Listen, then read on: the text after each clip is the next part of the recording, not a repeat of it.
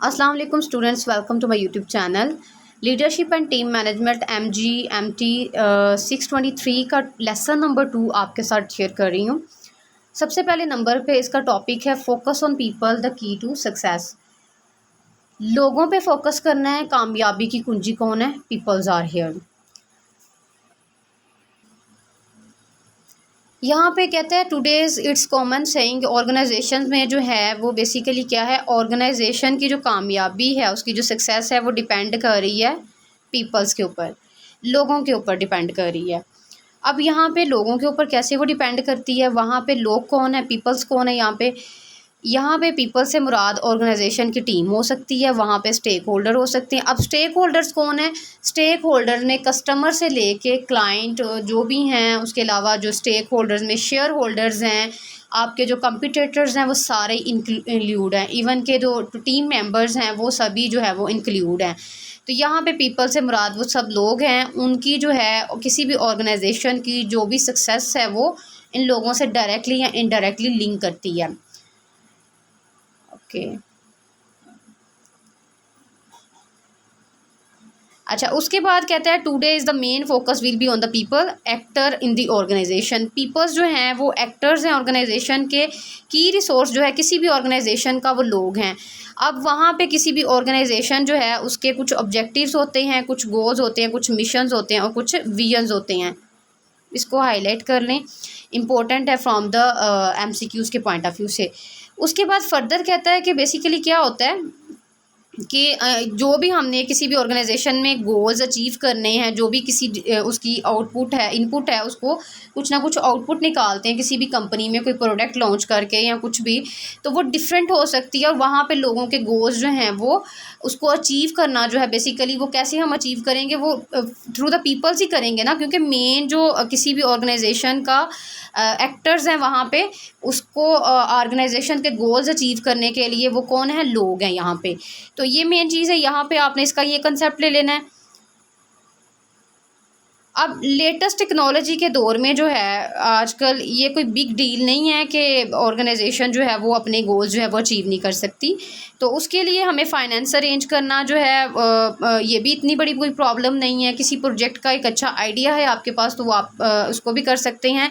Biggest problem जो होती है वो फाइंड करना और अटेन करना लोगों को अपने काम के लिहाज से, यानी कि जो मेन प्रॉब्लम है किसी भी ऑर्गेनाइजेशन की वो ये है कि लोगों को जब आपने अट्रैक्ट करना है ना, तो और उनको रिटेन भी रखना है उस काम के ऊपर, ये मुश्किल आज के दौर में किसी भी ऑर्गेनाइजेशन के लिए। बाकी जो मैनेज करना ऑर्गेनाइजेशन को, अपने गोल्स अचीव करना, it's simple in the technology world.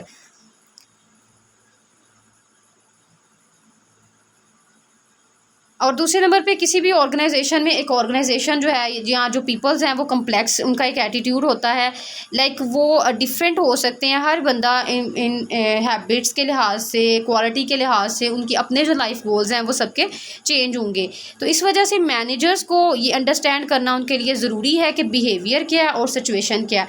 अब मैनेजर किसी भी टीम को मैनेज करने के लिए यूजुअली क्या होता है, किसी भी कंपनी में जो ऑनर हैं वो उनकी एक टीम है बाकायदा मैनेजर्स की, HR डिपार्टमेंट है, डिफरेंट कैटेगरीज़ पे लोग वर्क कर रहे हैं। तो उसके लिए कंपलसरी है कि जो उनके वर्कर्स हैं उनके क्या गोल्स हैं और फिर सिचुएशंस कैसी हैं। कौन सा वर्कर जो है वो मोटिवेशन के थ्रू जो है वो मोटिवेट होकर काम अच्छा करता है, और कौन से लोग जो हैं वो उनको पनिश करके या उनको जो है कोई रीइंफोर्समेंट देकर जो है वो आप काम ले सकते हैं। तो ये चीज़ जो है सिचुएशन के अकॉर्डिंग किस तरह से एक्ट करना है और किस तरह से बिहेव करना है, ये मैनेजर्स के लिए इम्पोर्टेंट है। और जो लीडरशिप है बेसिकली एक अच्छा लीडर वही है जो अपने एम्प्लॉयज़ को अगेंस्ट रखता है, उनके गोल्स को बेटर वे में लेके चलता है, बेसिकली यही लीडरशिप कहलाती है। और उनमें जो है उनकी पहली प्रायोरिटी क्या होनी चाहिए? लोग होनी चाहिए, वैल्यू होनी चाहिए, ऑर्गेनाइजेशन के गोल होने चाहिए, और उनके जो रिलेशन है, कल्चर है, कम्युनिटी, ये सारी चीज़ें जो है वो फर्स्ट प्रायोरिटी पे होनी चाहिए। इसको हाईलाइट कर लें, ये MCQs के लिए इंपॉर्टेंट है।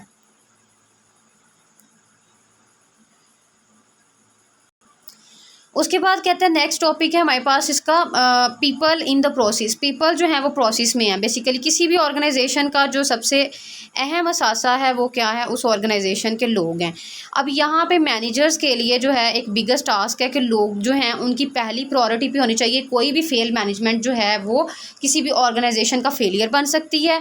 आज के दौर में ऑर्गेनाइजेशन को मशीन बेस्ड ऑर्गेनाइजेशन से इकोनॉमिकली हमें पीपल बेस्ड ऑर्गेनाइजेशन में कन्वर्ट करना है। कम्युनिटी बेस्ड होनी चाहिए, वैल्यू होनी चाहिए उसके साथ, यानी आपके एम्प्लॉयज़ की डायरेक्टली या इनडायरेक्टली अपनी ऑर्गेनाइजेशन के साथ जो है वो एक अटैचमेंट होनी चाहिए, जिसकी वजह से हम लोग जो है, और ये तरीकाकार सिर्फ एक ही तरीके से हम लोग इसको हासिल कर सकते हैं जब टीम जो है, कोई भी ऑर्गेनाइजेशन है, कोहेसिव टीम के तौर पे यानी कंबाइन टुगेदर मिलकर काम करेंगी।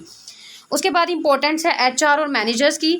तो कहते हैं बेसिकली ऑर्गेनाइजेशन जो है वो एम्प्लॉयज़ को एज अ कॉस्ट ट्रीट करती हैं कुछ ऑर्गेनाइजेशन, यानी एज अ एम्प्लॉय एक पैसे के लिहाज से एज अ इन्वेस्टमेंट डील करती हैं। तो इसकी वजह से जो है वो ऑर्गेनाइजेशन ख़त्म हो जाती है, उनका फ्यूचर कोई नहीं होता। तो एम्प्लॉयज़ को आप अपना असासा, कीमती असासे के तौर पर, एक विरसे के तौर पर लेके चलें। तो इस तरह से क्या होता है, लोगों को ये लगता है कि जो एम्प्लॉयज़ हैं या जो ऑर्गेनाइजेशन से डायरेक्टली या इनडायरेक्टली लोग लिंक हैं, उनको ये लगता है बेसिकली कि वो उनका एक कीमती असासा है। वो खुद भी अपने आप को वैल्यूएबल कंसीडर करते हैं। अगर वो खुद को वैल्यूएबल कंसीडर करेंगे तो डेफिनेटली वो लोग जो है वो कंपनी के लिए भी जो है वो या किसी ऑर्गेनाइजेशन के लिए भी वैल्यूएबल होंगे। उसके बाद नेक्स्ट है हमारे पास ह्यूमन कैपिटल। इंपॉर्टेंट है, very important. What is human capital और why human capital is environment जो है इंपॉर्टेंट है। इसमें क्या बेसिकली इसमें कहता है कि सबसे पहले नंबर पे तो ऑर्गेनाइजेशन जो है, कोई भी ऑर्गेनाइजेशन है, उसका बेसिकली ट्रेड क्या है, या तो वो कोई प्रोडक्ट, नॉलेज, सर्विस, इनोवेशन या रिलेशनशिप, यही चीज़ें जो है वो मार्केट को देंगे वो बेसिकली कोई भी कंपनी या कोई भी ऑर्गेनाइजेशन। तो यहाँ पे जो है हमारे पास बेसिकली, और ये सारी चीज़ें कौन करते हैं, पीपल, लोग करते हैं, टीम करती है, एम्प्लॉयज़ करते हैं। अब वो इसमें बेसिकली डिफरेंट रिसोर्स यूज़ करेंगे। हो सकता है ज़मीन का कोई खित्ता हो वहाँ पे इस्तेमाल हो रहा, वहाँ पे जो है वो अपनी एक मशीन इस्तेमाल होंगी। जैसे कोई प्रोडक्ट हम लॉन्च करते हैं, लाइक हम कॉस्मेटिक ब्रांड की बात कर लेते हैं, वहाँ पे हम लोग एक कंपनी देखेंगे, कोई फैक्ट्री होगी, वहाँ पे मशीन इस्तेमाल होगी। तो इसको क्या मसला है, तो अच्छा, उसके बाद टेक्नोलॉजी यूज़ होगी। उसके बाद फाइनेंस, यानी फाइनेंस के लिहाज से वहाँ पे रॉ मटेरियल परचेज़ करने के लिए पैसे रिक्वायर्ड हैं फाइनेंशियली, और वो सारी चीज़ें इस्तेमाल होंगी। उसके बाद टेक्नोलॉजी को यूज़ करते हुए डायरेक्टली या इनडायरेक्टली पीपल्स जो हैं वो उसके कस्टमर्स होंगे। तो ये तमाम चीज़ें बेसिकली किस पे डिपेंड कर रही हैं, ह्यूमन रिसोर्स पे डिपेंड कर रही हैं कि यहाँ पे वाइटल रोल किस चीज़ का है। बेशक आप एक कॉस्मेटिक जो है यूज़ कर रहे हैं, लेकिन उसको बनाने के लिए कंपनी में लोगों की ज़रूरत है, और इवन कि उसको जब आप उसकी एडवर्टाइजमेंट करते हैं टेक्नोलॉजी के लिहाज से भी, तब भी आपको मॉडल्स रिक्वायर होंगी। और यहाँ पे मेंस जो हैं वो क्या काम कर रहे हैं, बेसिक असासा जो है वहाँ पे कौन है, कंपनी का लोग, ह्यूमंस हैं। तो दिस इज़ द रीज़न, इस वजह से जो है हम कहते हैं कि humans are the capital of the organization, जिनको जो कि प्राउड ऑफ हैं। अगेन वही कि क्यों ये इन्वायरमेंट रिक्वायर्ड है, क्योंकि यहाँ पे हमें नॉलेज रिक्वायर्ड है, क्रिएटिविटी चाहिए, रिलेशनशिप चाहिए लोगों के साथ। जैसे कोई कॉस्मेटिक ब्रांड की ही हम बात कर लें, तो वहाँ पे जो है एक अच्छा और यूनिक ब्रांड अगर हम लॉन्च करते हैं तो उसकी क्वालिटी मेंटेन करनी, और फिर उस क्वालिटी को मेंटेन करने के लिए जो है लोगों का रिलेशनशिप उस ब्रांड के साथ बन जाता है, अगर वो प्रोडक्ट उनकी तवक्कुआत के मुताबिक जो है वो पूरी है और उनकी नीड है। तो इस तरह से जो है ये तमाम चीज़ें जो है बेसिकली ये किसने डन की हैं, लोगों ने की हैं। Peoples are done by this, और इस वजह से जो है इनको जो है हमें जो अपने पीपल्स हैं उनको ट्रीट करना है as a asset, as a investment, और उनको प्रोटेक्ट करना जो है नॉट एज अ कॉस्ट। हमने सिर्फ उसको एज अ कॉस्ट नहीं देखना उसको, बल्कि as a investment, as a asset देखना है और लाइफ टाइम के लिए देखना है। यही वो एक बेसिक जो है यूनिक आइडिया है किसी भी ऑर्गेनाइजेशन के लिए। This is the reason why humans are the capital environment. ये पेपर में क्वेश्चन पूछा जा सकता है।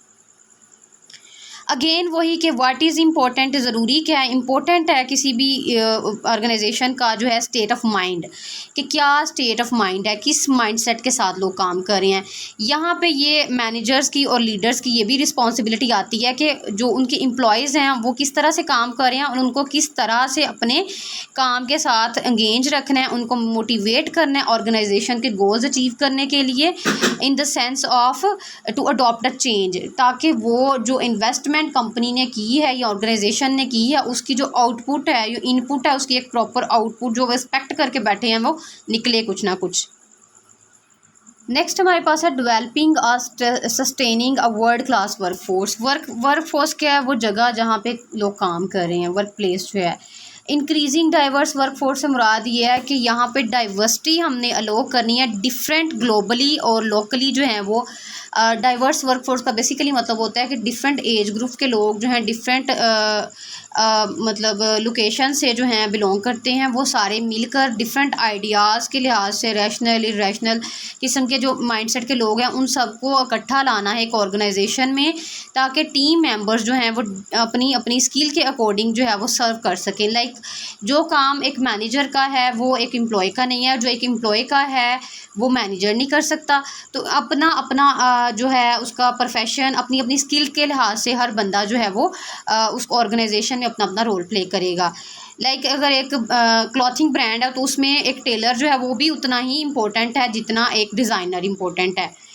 उसके बाद चेंजिंग नेचर ऑफ वर्क हो सकती है, सेम वही बात है इकोनॉमी के लिहाज से मैन्युफैक्चरिंग टू सर्विस में जब हम मूव करते हैं तो वहाँ पे हमें जो है इस चीज़ को जहन में रखना होता है कि वर्ड बिज़नेस क्या है, ऑर्गेनाइजेशन की स्टार्टिंग थिंकिंग क्या है, इसने मैन्युफैक्चर करके जो अपनी ओरिएंटेशन देनी है सर्विसेज के लिहाज से वो क्या देनी है, और जॉब की फ्लेक्सिबिलिटी होनी चाहिए with the passage of time, environment change होना चाहिए और जॉब भी इंक्रीज़ होनी चाहिए। ये नहीं कि हमने limited number of peoples hire किए हैं और उतने ही रहेंगे, और अगर जो हायर कर लिए हैं उनके कंसर्न्स क्या हैं, उनकी आउटपुट कैसी है, अच्छे हैं बुरे हैं, फ्लेक्सिबिलिटी होनी चाहिए। लाइक हम कह सकते हैं कि उनकी प्रमोशन के चांसेस जो है वहाँ पे मौजूद होने चाहिए। इसकी वजह से जो है वो एक अनदर लेवल पे जो है आउटरीच होगी उसकी ऑर्गेनाइजेशन की, और यहाँ पे जो है वो अपने आप को एक ऑर्गेनाइजेशन की जो इफेक्टिवनेस है या उसकी जो एफिशिएंसी है वो भी इम्प्रूव होगी, और लोगों को भी ये मौका मिलेगा इन आप कह लें कि रिवार्ड के तौर पे कि उनकी प्रमोशन के चांसेस ज़्यादा हैं। सो एम्प्लॉयज़ में भी इन दिस सेंस आप कह लें कि एक किस्म का लालच भी उनको उनके पास होगा, या फिर एक किस्म का गोल होगा जिसको अचीव करने के लिए वो मेहनत करेंगे। उसके बाद the new employers employ partnership, employ can not expect long term employment. Basically लोग जो हैं वो ये एक्सपेक्ट नहीं करते कि उन्हें लंबे अरसे के लिए मुलाजमत करनी पड़ेगी, तो इस वजह से जो है लॉयल्टी जो है वो एक्सपेक्टेड नहीं होती।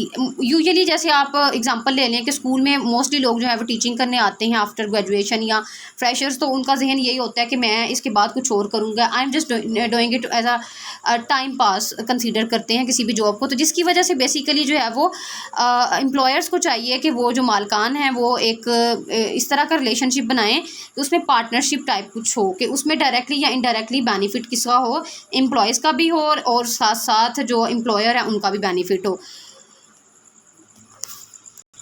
ओके नेक्स्ट जो है इसमें अबाउट द कोर्स बता रहे हैं कि बेसिकली ये जो कोर्स डेवलप किया गया लीडरशिप एंड टीम मैनेजमेंट, इसको 2 हिस्सों में डिवाइड किया गया। फर्स्ट वन में हम लोग लीडर्स की बात करेंगे, सेकंड वन में जो है सेकंड हाफ में इस कोर्स के वो हम बात करेंगे जी इसकी टीम डायनामिक्स की, कि टीम को किस तरह से लेके चलना है like as a managers. First में हम लीडर्स की बात करेंगे जिसमें फॉलोअर्स आ जाएंगे, सिचुएशन के अकॉर्डिंग किस तरह से जो है लीडरशिप को हम मॉडिफाई करेंगे या किस तरह से बिहेव करना है, ये सारी चीज़ें फर्स्ट हाफ में आएंगे। सेकंड हाफ में जो है हमने वो टीम डायनामिक्स की बात करनी है। So thank you so much for watching. Channel पर नए हैं तो सब्सक्राइब कर दें, होपफुली आप सबको अंडरस्टैंड हो गया होगा। थोड़ा लेंथी था but I have tackle it in I tried के बहुत शार्ट जो है वो आपको समझ आ जाए इसकी, और कमेंट सेक्शन में बताइएगा लेक्चर आपके लिए हेल्पफुल है तो। Thank you so much. अल्लाह हाफिज़।